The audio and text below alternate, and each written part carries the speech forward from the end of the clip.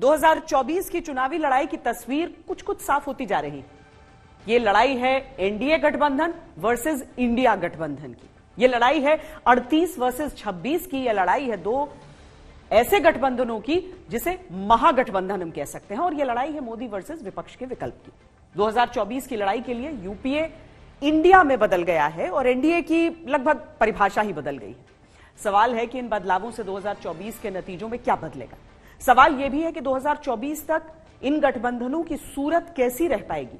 और एक सवाल यह भी है कि जिन छोटे दलों का वजूद क्षेत्रीय स्तर पर भी बहुत कमजोर है, वो केंद्र की राजनीति में कितनी महत्वपूर्ण भूमिका निभा पाएंगे और कैसे।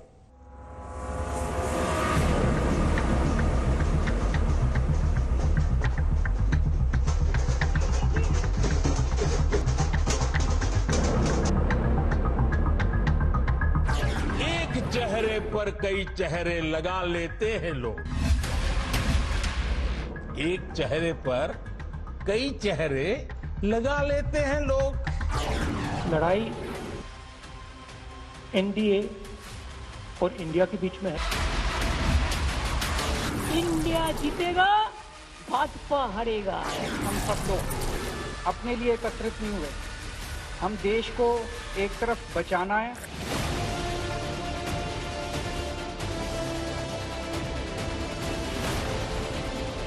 डरो मत, हम है। जैसे एक वो पिक्चर आया था मैं हूं ना, वैसे हम है ना। देश की जनता इंडिया और भारत बनकर सामने आएगी।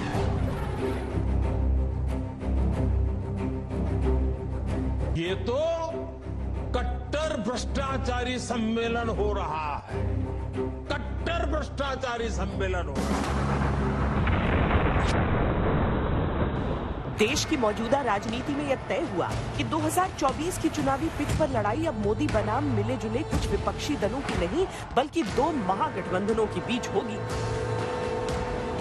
एक तरफ नरेंद्र मोदी के नेतृत्व में 38 दलों का गठबंधन एनडीए और दूसरी तरफ कांग्रेस सहित 26 साथियों वाला Indian national developmental inclusive alliance, जिसे छोटे में इंडिया कह रहे हैं। लड़ाई एनडीए और इंडिया के बीच में है। नरेंद्र मोदी जी और इंडिया के बीच में है। उनकी विचारधारा और इंडिया के बीच में है। देश के लोग कह रहे हैं कि गलबहियां मिशन नहीं है, मजबूरियां है। काफी अच्छी बातचीत और मिलजुल करके एकजुट होकर के आगे बढ़ना। ये लोग पास तो आ सकते हैं, लेकिन साथ नहीं आ सकते।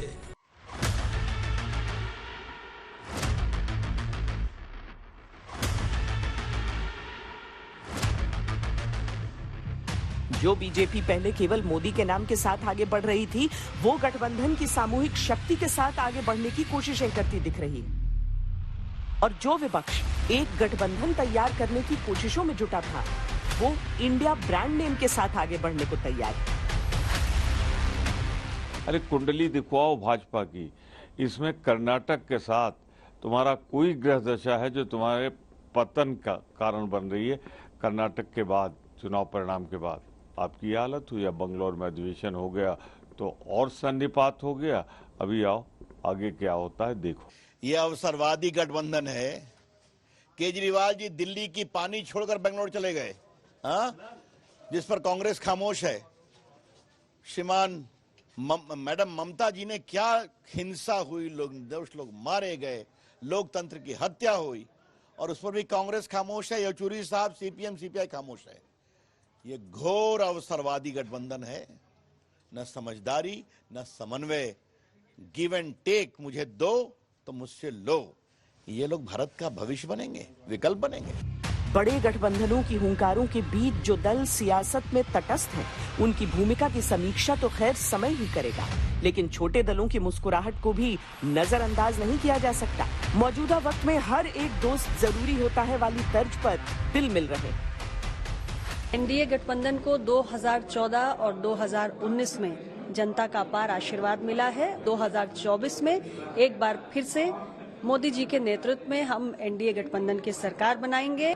इन घटक दलों की एक ही आवाज, मोदी सरकार, एनडीए सरकार। क्योंकि पिछली सरकारों ने सभी जाति सभी धर्म के साथ धोखा किया। आने वाले समय में पुनः 2024 के परिणामों के बाद हमारे आज के प्रधानमंत्री आदरणीय नरेंद्र मोदी जी ही पुनः देश के प्रधानमंत्री बनेंगे, इसमें कहीं कोई संदेह नहीं है। मोदी जी को पुनः 2024 में तीसरा बार भारत के प्रधानमंत्री बनाने के लिए लोग मन बना लिया है। वैसे चुनावों से पहले शक्ति सामर्थ्य के दावे राजनीतिक दलों की राजनीति का हिस्सा होते हैं। सीट सीट संग्राम के लिए वोट रणनीति बनाई जाती है। अब जब लड़ाई एनडीए वर्सेस इंडिया बना दी गई है, तो क्या प्रधानमंत्री मोदी के सामने कौन का जवाब इंडिया है? गठबंधन की टीम इंडिया तो ठीक, लेकिन कप्तान कौन? विपक्षी गठबंधन इंडिया ब्रांड मोदी को टक्कर देने में क्या सक्षम है? विपक्षी दल क्या अपने निजी हित भुलाकर एकजुट रह पाएंगे? एनडीए और इंडिया में किस गठबंधन का दावा ज्यादा मजबूत है? अभी 15 दिन पहले तो प्रधानमंत्री बड़ी ढींगे हाँक रहे थे कि एक अकेला सब पर भारी। क्या हुआ वो एक अकेला का? अब अकेले नहीं काम कर सकते हैं, डर गए। मुझे लगता है कि एक थ्योरेटिकल एक्सरसाइज बीजेपी कर रही है और डरी हुई है एनडीए से।